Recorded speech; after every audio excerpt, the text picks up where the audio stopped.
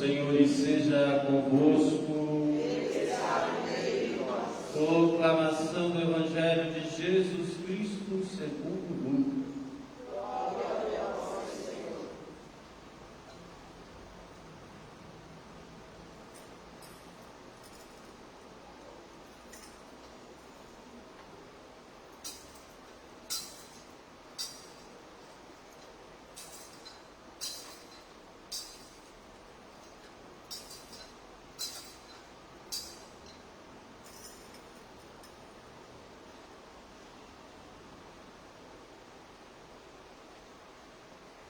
Naquele tempo, os publicanos e pecadores aproximaram-se de Jesus para o escutar. Os fariseus, porém, e os mestres da lei criticavam Jesus. Este homem acolhe os pecadores e faz refeição com eles. Então Jesus contou-lhe esta parábola. Um homem tinha 2 filhos.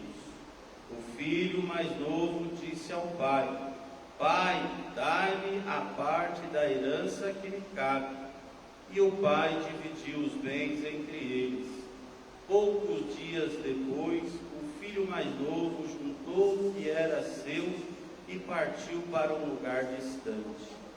Ali esbanjou tudo numa vida desenfreada. Quando tinha gasto tudo o que possuía, houve uma grande fome naquela região, e ele começou a passar necessidade. Então foi pedir trabalho a um homem do lugar, que mandou para o seu campo cuidar dos porcos. O rapaz queria matar a fome com a comida que os porcos comiam, mas nem isto lhe dava. Então caiu em si e disse: Quantos dos empregados do meu pai têm pão com fartura, e eu aqui morrendo de fome? Vou-me embora, vou voltar para meu pai e dizer-lhe: Pai, pequei contra Deus e contra ti, já não mereço ser chamado teu filho. Trata-me como um dos teus empregados. E então ele partiu e voltou para o seu pai. Quando ainda estava longe, o seu pai o avistou e sentiu compaixão. Correu-lhe ao encontro, abraçou-o e o cobriu de beijos. O filho então disse: Pai, pequei contra Deus e contra ti, já não mereço ser chamado de teu filho. Mas o pai disse aos empregados: Trazei depressa a melhor túnica para vestir meu filho, e colocai um anel no seu dedo e a sandália nos pés. Trazei um novilho gordo, matai-o, vamos fazer um banquete, porque este meu filho estava morto e tornou a viver, estava perdido e foi encontrado. E começaram a festa. O filho mais velho estava no campo. Ao voltar já perto de casa, ouviu música e barulho de dança. Então chamou um dos criados e perguntou o que estava acontecendo. O criado respondeu: É teu irmão que voltou. Teu pai matou um novilho gordo porque o recuperou com saúde. Mas ele ficou com raiva e não queria entrar. O pai, saindo, insistia com ele. E ele, porém, respondeu ao pai: Eu trabalho para ti há tantos anos, jamais desobedeci qualquer ordem tua, e tu nunca me destes um cabrito para que eu festejasse com meus amigos. Quando chegou este teu filho que esbanjou teus bens com prostitutas, mata para ele um novilho cevado? Então o pai lhe disse: Filho, tu estás sempre comigo, e tudo o que é meu é teu, mas era preciso festejar e alegrar-nos, porque o teu irmão estava morto e tornou a viver, estava perdido e foi encontrado. Palavra da da salvação. Glória a vós, Senhor.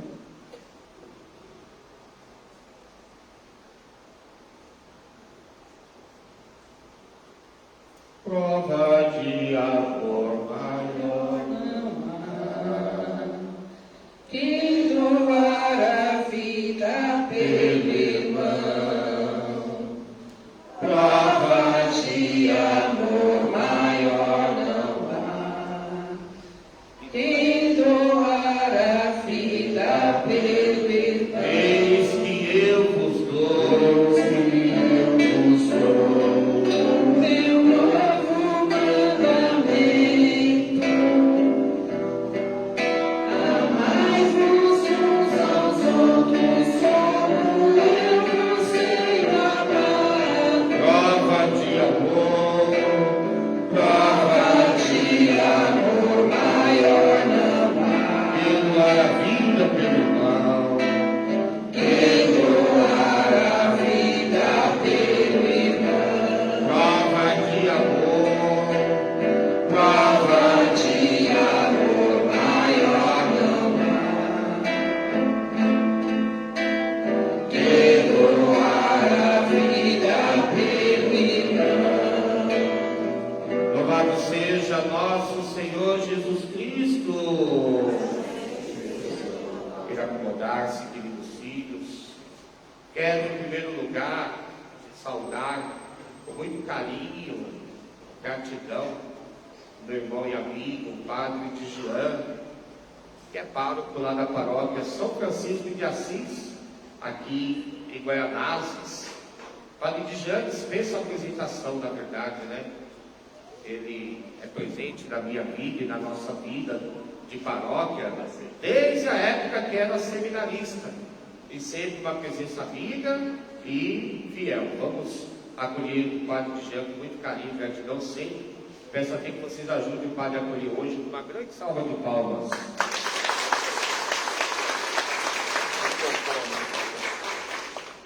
Meus queridos ministros que aqui estão, pastoral da acolhida, liturgia, leitores, acólitos, coroinhas, meus queridos filhos da pastoral da saúde, juntamente com o Ministério de Música, que nos leva à oração através da música.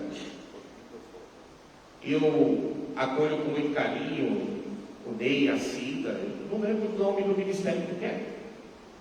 O ministério de vocês, qual é o nome mesmo? Ney Cida, do que? Do tempo. Então, Deus seja louvado, porque também foi surpresa para mim.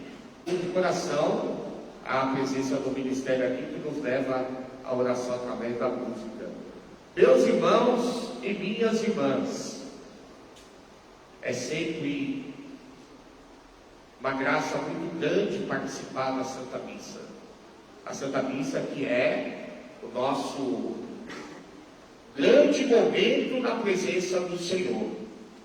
Tudo que fazemos, movidos pela fé, todas as orações, todo exame de consciência, exercício espiritual, toda a penitência, ela só tem sentido e só é o seu ponto máximo na Santa Missa. Na Santa Missa nós buscamos a Deus que através da palavra e da Eucaristia se faz presente no meio de nós e entra na nossa vida, no nosso coração, na nossa alma. É nesse sentido, então, que Deus seja louvado essa oportunidade de sempre poder, nesse segundo sábado, especialmente rezar pelos enfermos. Eu até peço a você que ajude a divulgar sempre propagando para que possamos chegar em mais corações que precisam e atendemos a oportunidade daqueles que não podem vir até nós e buscar. É muito importante participar dessa Santa Missa, pois aqui nós damos a unção dos enfermos a todos. E é o momento também de nos fortalecer na graça de Deus. Aqui nós entramos para buscar Deus, para rezar, para renovar a fé, a força, o compromisso. Depois nós saímos para evangelizar, testemunhar o amor de Deus, renovados na fé e na caminhada. E estamos num período tão bonito que é a Quaresma, que cada vez mais nos leva a abrir o coração a uma conversão. A cada ano a igreja, pedagogicamente, nos propõe esses 40 dias de caminhada espiritual, guiados pela oração, pela penitência e pela caridade, a uma conversão, a uma renovação da fé, do amor e do compromisso da nossa fé. Nesse sentido, meus irmãos e minhas irmãs, em primeiro lugar, a palavra de Deus, que vai nos orientando, que vai nos conduzindo, que vai nos alimentando nessa caminhada de fé. Sempre buscando qual é a motivação da palavra de Deus, qual é a mensagem, como ela está nos alimentando. Por exemplo, que bonito a palavra de Deus na primeira leitura hoje, do profeta Miqueias. Fica aí, você que tem um tempo em casa, a dica do padre, estuda o profeta Miqueias. Não só esse primeiro pedaço que a gente viu hoje na primeira leitura, mas a gente vai perceber como que esse profeta, ele nos leva a uma contemplação no cântico ou na oração, louvar a Deus, a ação de graça, em ação de graças, pela vida de Deus em nossa vida, por aquilo que Deus nos faz. Sabemos que Ele é um Deus de amor, sabemos que Ele tem misericórdia, sabemos que Ele nos perdoa prontamente, mas muitas vezes nós abafamos o amor de Deus, e esquecemos de louvar, esquecemos de agradecer, esquecemos de contemplar esse Deus presente. E o profeta Miqueias, então, ele nos chama a essa reflexão de que Deus nunca nos condena. Nós que nos condenamos, achamos, tem gente que fala assim, eu não vou para a Eucaristia porque eu não acho digno da Eucaristia. Que bom! Que bom! A Eucaristia não é para quem está santo, a Eucaristia é para quem quer ser curado, é para quem quer ser salvo. Ela nos leva a transformar a nossa vida e ser mais feliz, e ser mais fiel. É nesse sentido que nós vamos cada vez mais entender a ação de Deus. E que bonito esse Evangelho, tão bem conhecido por nós. Quantas coisas poderíamos falar sobre o Evangelho de hoje, não é verdade? A começar pelo nome. Tem muita gente que fala o Evangelho do Filho Pródigo, como de fato tem algumas Bíblias que falam. Mas a gente pode mudar essa mentalidade e colocar Evangelho do Pai Misericordioso, porque Ele é o protagonista. O Filho Pródigo são todos aqueles que se afastam de Deus, mas o Pai não se afasta nunca. É Ele que deve ter o destaque na nossa vida. Então, sempre colocar na mente assim, o Pai Misericordioso. Quantas coisas poderíamos falar da misericórdia de Deus no dia de hoje, nesse tempo de Quaresma, sobretudo a humanidade passando aí a aprovação pós-Covid. Quantas coisas nós vemos na misericórdia do Pai diante de tantos acontecimentos. Outra reflexão, está ali o filho mais velho e o filho mais novo. O filho mais velho é a figura daquele que sempre se manteve, se apresentou na presença do Pai como uma pessoa fiel, como uma pessoa que nunca saiu dos caminhos ou da presença do Senhor, mas o coração dele nunca se abriu à misericórdia e ao amor. E por isso que a gente vê no Evangelho a atitude que o Pai não gosta com relação ao filho mais novo. O filho mais novo é todo aquele que, de uma forma ou de outra, quer aproveitar a vida em pouco tempo, mesmo sabendo que vai padecer. Pai, dai-me a parte da minha herança. Ele quer esbanjar o que ele mais tem, e a graça de Deus é a grande herança que Ele nos dá. Quantas vezes nós também agimos como filho novo? Olha, por exemplo, as pessoas às vezes vão buscar o batismo. O batismo é uma grande herança que Deus nos deixou. Depois some, não vive mais o batismo que recebeu. O que ele fez? Ele fez igual o filho pródigo. Pegou a herança e depois viajou. Quantas pessoas são crismadas? É uma parte da herança. E depois do crisma, né? O Fernando Legal falava, virou pomba, né, de igreja, né? Ou então cristão Coca-Cola, né? Pomba de igreja é aquele, né? E cristão Coca-Cola é aquele que se enche de entusiasmo. Eu esqueci o que ele falava sobre pomba de igreja, por isso que eu estou pulando aqui. O cristão Coca-Cola é aquele que se enche de gás, de entusiasmo, e vai inflando, daqui a pouco ele, puf, estoura, né? Igual uma bolinha de sabão, pronto, some. O que é isso? Senão eu ser igual filho novo, usando a herança do pai. Enfim, olha aí quantas coisas a gente poderia falar sobre a herança que Deus nos tem. Isso o padre só está dando uma visão dos sacramentos. Mas grande herança é a nossa família. Será que a gente guarda bem a nossa família? Ou a gente está levando de qualquer jeito? Grande herança é a minha própria vida. Como eu estou vivendo? O que eu faço da minha própria vida? É preciso sempre refletir como filho novo, de não esperar passar a penúria. Nós precisamos cada vez mais reconhecer as nossas falhas e reconhecer que o amor de Deus a todos os irmãos desejando que Deus sempre seja acolhido, porque Deus é esse que fica de braços abertos sempre, esperando fechar o braço para quem vem para o seu abraço. A quaresma é isso. A quaresma é tempo de ir ao encontro e ao abraço de Deus. Não falta a acolhida de Deus para cada um de nós. Então nós também não podemos faltar com a acolhida ao irmão e irmã necessitado. É o que a campanha da fraternidade nos leva a refletir. A realidade da fome que está à nossa volta, não está longe de nós. Que bonito esse gesto de nossa paróquia todo mês. É 650, 670 cestas. Mas esse mês a nossa atenção se voltou para São Sebastião. Aqueles nossos irmãos que realmente estão passando uma provação grande por causa daquele deslizamento de terra. A mídia já fez a parte dela. A mídia já mostrou, já noticiou quem foi lá, fulano de tal foi lá, deu auxílio isso, mas agora não se fala mais, esqueceu. E os nossos irmãos estão lá, passando dificuldade, provação, passando necessidade. Hoje, as nossas crianças da catequese tiveram uma palestra sobre a campanha da fraternidade. E que gesto bonito cada uma delas ter trazido a sua contribuição. 1 quilo de alimento para os nossos irmãos de São Sebastião. Desde criança a gente tem que aprender a fraternidade, a viver como irmãos. E as nossas crianças têm aí nos ensinado coisas que devemos colocar no coração.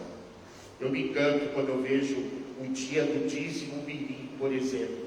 Crianças que desde cedo, o pouquinho que recebe, guarda e dão como dízimo. Tem gente aqui que já está passando da idade de não sei quantos anos e não sabe despertar para essa graça, para esse compromisso, para essa mentalidade e consciência que nos faz provar que temos amor a Deus, a igreja e a ação da igreja realiza de acordo com o dízimo que recebe. Portanto, meu irmão, minha irmã, essa palavra de Deus quer nos converter nessa mentalidade. Se sentirmos filho amado, abraçado pelo Pai, reconhecido como justo diante de Deus, não porque a gente merece ou porque a gente busca, mas porque Deus é misericordioso. Deixemos de lado então a dureza do coração, deixemos de lado então tudo aquilo que nos faz se tornar rival um do outro. Por isso que eu comecei citando o Ministério de Lu e Louvor. Coitada da Lu, não é a primeira vez que ela se envolve em algum conflito. Alguns provocados por ela, outros não, mas sempre a ação do inimigo que quer divisão, que quer contenda, que quer rivalidade. Depois o padre vai conversar com a Lu, já conversei com a minha mãe, estava tudo resolvido, eu até estranhei. Mas enfim, é coisa interna que tem que acontecer, é bom que acontece, para mostrar o quanto somos falhos, o quanto somos fracos e o quanto necessitamos da misericórdia de Deus para mudar a mentalidade, para mudar o comportamento, para mudar o jeito que a gente testemunha a fé. Deus é misericordioso. O Pai quer nos tornar vivos. Por isso Ele se alegra toda vez que eu dou testemunho que eu revivi, que eu renasci com a sua graça. E aí, para isso, meu irmão, minha irmã, é preciso se libertar do rancor, do orgulho, da vaidade, da prepotência, da ganância, de tudo aquilo que não é de Deus. Que Nossa Senhora nos ajude, sobretudo, a se livrar da angústia de estar enfermo. Quanta coisa a enfermidade nos faz sofrer. E agora, com essa unção que eu e o Padre Jean vamos ministrar sobre cada um, principalmente você que realmente necessita da unção, receba com esse espírito de que você está sendo abraçado por Deus, de que Deus está te dando essa vida que só Ele pode dar, e te dizendo: esse meu filho estava perdido e foi encontrado, esse meu filho estava morto, hoje eu posso fazer festa pelo seu retorno. Que Nossa Senhora nos ajude hoje e sempre a viver a nossa fé com testemunho de amor a todos. Por Cristo nosso Senhor. Creio, Senhor, mas aumentai minha fé.